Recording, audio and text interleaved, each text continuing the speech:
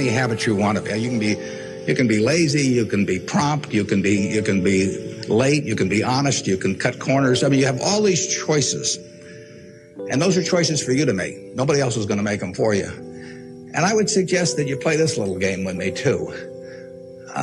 Think about the person you would most like to be in life. Maybe it's one of your contemporaries, maybe it's somebody a little older, but pick out the person you admire the most, the person that you'd change places with if you could. And then write down why you admire them. Just put it on a piece of paper. And then figure out the person that you would least like to change places with you. Who really turns you off?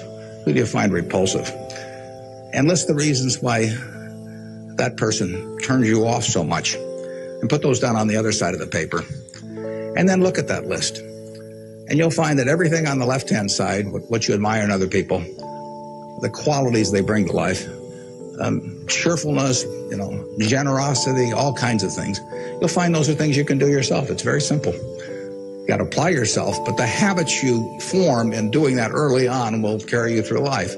And on the other hand, you'll find that the things that make people repulsive, selfishness, obnoxiousness, all these things, egotism, are things that no one has to have. If you find those in yourself, you can get rid of them as long as you get rid of them early. So all I suggest is that you write down a list of what you admire, what you find contemptible, and decide that the ones on the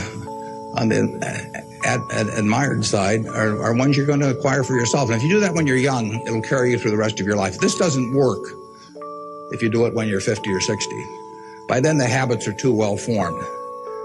But if you do it early, behavior becomes a habit. So if you do that, 2 or 3 years from now, if you go through the same exercise, you'll find out that the person you admire the most is yourself.